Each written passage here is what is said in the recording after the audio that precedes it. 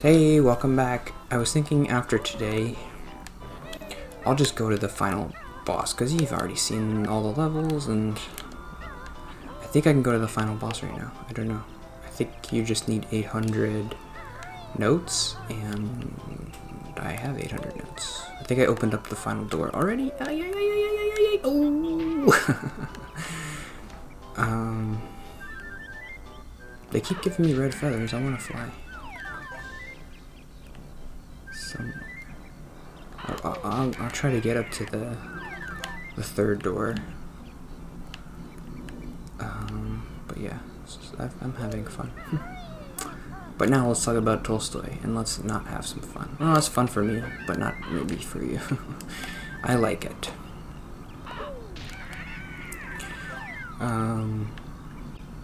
Okay, so you ready?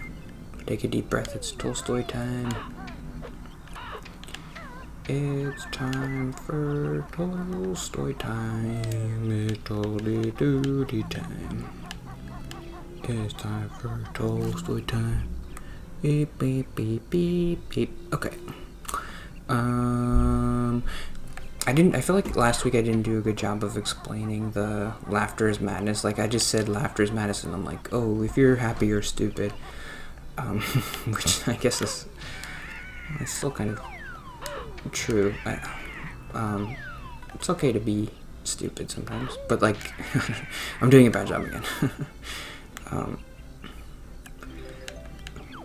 What I meant, and what Tolstoy is trying to say in the book, I think, and like what Ecclesiastes is saying, where I get the quote from, that's where it's from. Laughter is madness. It's from Ecclesiastes.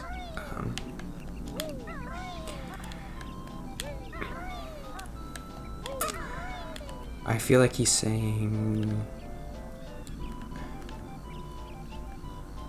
oh, they built the house? That's weird. There's a G in there.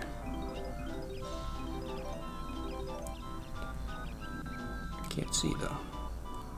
Ooh, that's scary. How do I get over there? I fell. I fell. Oh, look at this. This is cool. I can't blow it up though. Okay. Sorry. So what Tolstoy is saying is like to think positive is to have a dullness of imagination. What he means by that is like if you're being happy, it's okay, but you are ignoring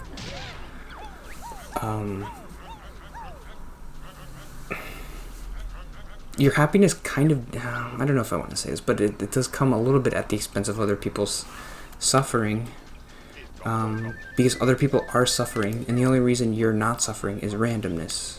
The only reason you're in your situation now and why other people are suffering is just cosmic random stuff. You didn't choose where you were put, so it's not your choice that you're doing a bad job again, so maybe I should just skip this note, but I don't know. It made sense to me and I liked it. Laughter is madness. I just didn't do a good job explaining it. If you're being happy, you're ignoring bad stuff.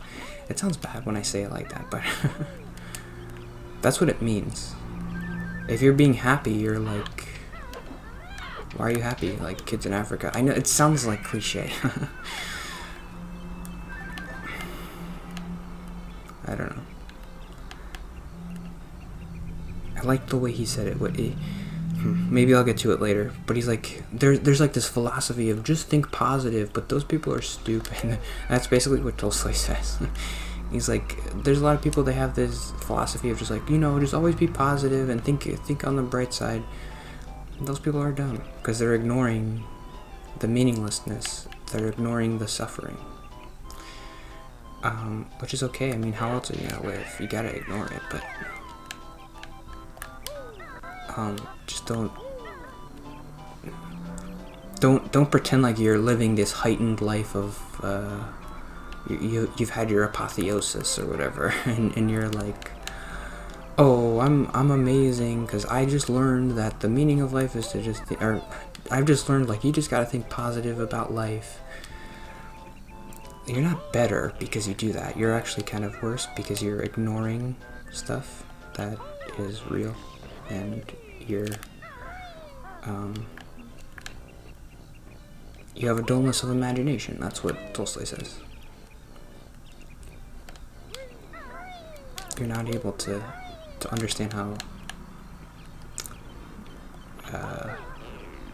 my vocabulary's been lacking today. I don't know the word. No. Boing. Boing. Okay.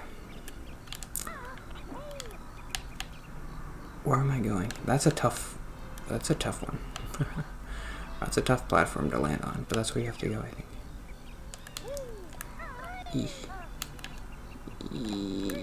Yo, no. That's bad.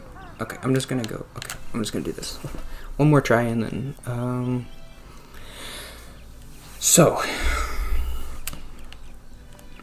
I was gonna read Wikipedia because they give a good summary of, one of the parts Tolstoy, I might just die. Yeah. Oh, there's the thing. Never mind.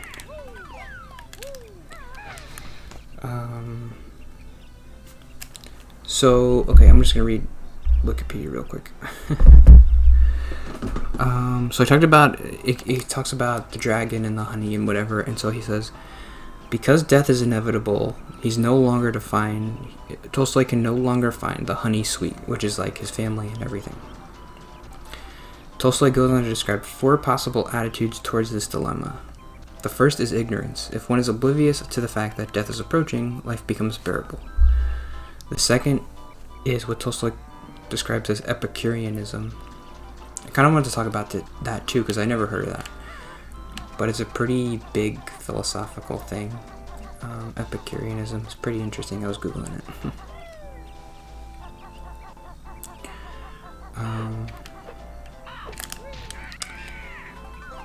Being fully aware that life is ephemeral, one can enjoy the time one has. Tolstoy's problem with this is essentially moral. He states that Epicureanism may work fine and well for the minority who can afford to live the good life, but one who would have to be morally empty to be able to ignore the fact that the vast majority of people do not have access to wealth necessary to live this kind of life. That's what kind of was I was just saying. Tolstoy next states the most intellectually honest response to the situation, which would be suicide. In the face of inevitable death, and assuming that God does not exist, why wait? Why pretend that this veil of tears mean anything? But Tolstoy is too cowardly to follow through with the most logical, consistent response. Finally, Tolstoy says that the fourth option, the one he is taking, is the one of just holding on life despite the absurdity of it, because he's not willing or able to do anything. So it seems utterly hopeless. That's where I am right now. Do I have anything to say about that? I feel like I kind of agree that those are the responses to understanding that life is... Okay, I can go into Epicureanism because that's interesting.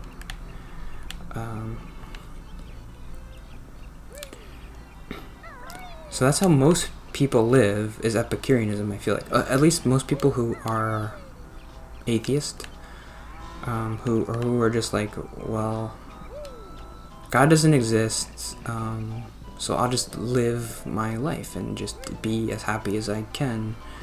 If you believe in God, then these 4 reasons don't really apply, because you're like, oh, God exists, and he's like, I don't know.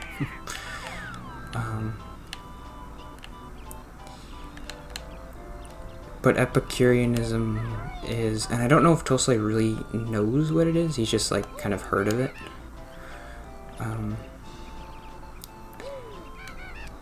When I was reading Wikipedia, it was contrasted against hedonism, and I'm thinking, the way I understand it is, hedonism is like just living to your base urges and just being like, oh, if I want to do this, I'm just going to do it. Any pleasure you want, you just go for it and don't think about it, because the goal of life is to get as much physical pleasure as possible. I think that's what hedonism is. I don't know. But Epicureanism is a little bit different. The way it was described on Wikipedia was like it values pleasure of mind over physical pleasure. So things like lusting for power,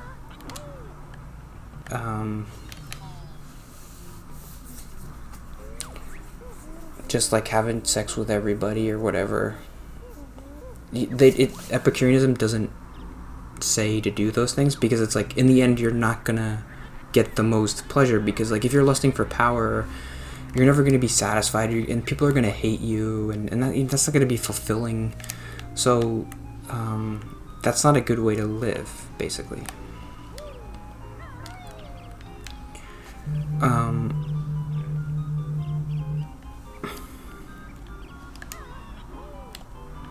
My brother just texted me. I don't know what he's doing.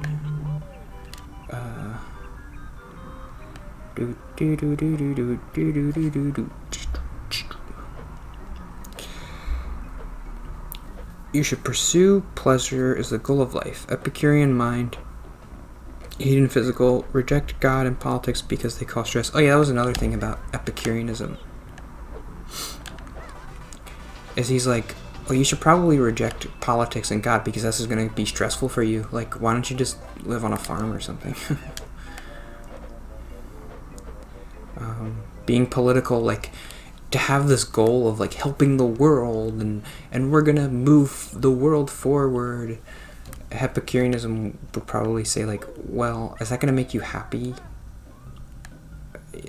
Is that going to make you the most happy you can be? Probably not. Like, it's going to be really hard, and there's going to be people who hate you and people who want to kill you. So don't do that.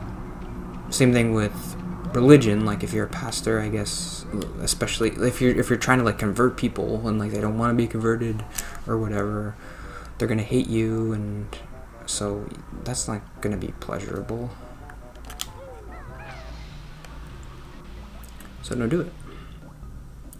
So then we just won't do it. Where do I go now?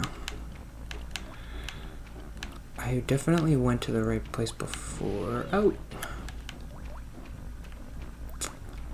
I have to go back. We have to go back. Here. I went the wrong way. Don't kill me, don't kill me. Ow. Don't kill me, don't kill me. Ow. Ow. Don't die. Please don't die. Oh. I'm out of the things. Okay.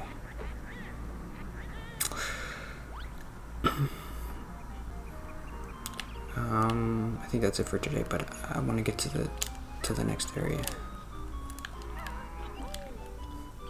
Epicurean is similar to Christianity. It wants you not to lust for power because it's... That's something that I thought was interesting. Epicurean, the way I understand it, it is kind of similar to Christianity, because you're denying yourself physical pleasure. I hate saying that word. It's a gross word. Pleasure. I don't like it. For like this imagined bliss of like when you're Christian and you deny yourself of things, the idea is like you're going to be connected to God, and it's going to be this amazing feeling of, oh, I'm connected to God and this is amazing. That's kind of what Epicureanism is saying. Like, if you deny yourself physical things and you just try to focus on yourself and being and getting pleasure out of like your mind, then you're going to have this amazing feeling and you're going to be the happiest you can ever be.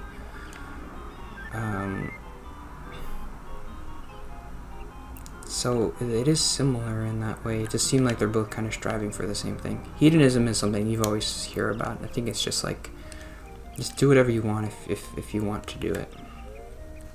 But Epicureanism is like, you should still deny yourself physical things, because those things ultimately won't make you happy, I guess. I don't know. Am I doing this? Okay, I guess I'm doing this tomorrow. So, see you tomorrow.